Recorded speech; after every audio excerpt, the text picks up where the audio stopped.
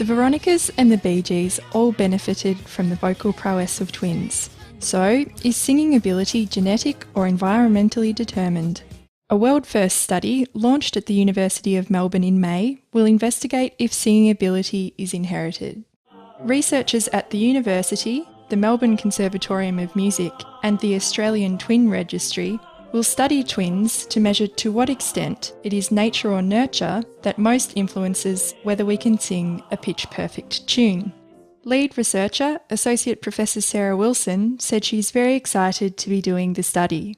There's no study looking at whether or not singing ability is inherited, so this is a world first led by the University of Melbourne.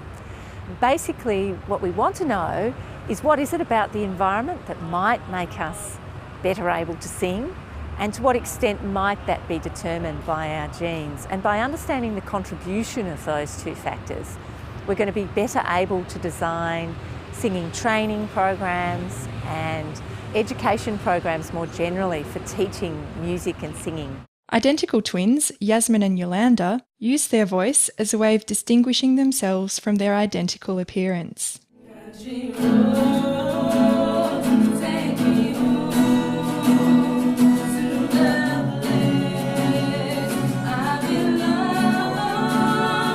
The twins say they each have different vocal strengths, and Yolanda says she has the stronger vocal ability. I think my voice is a little bit stronger, but it's a good thing because we can learn off each other. Singing has broad social benefits, including social bonding and helping to define our social identity. We know that if we increase the level of music involvement in young children, and then as they go through school and then in later life, that this is good for our mental health and well-being. It's also good for our physical health. So singing has broad benefits for us as humans. It's also really good for our social bonding and our social identity. Our music often defines us in terms of the culture or the generation that we grew up in.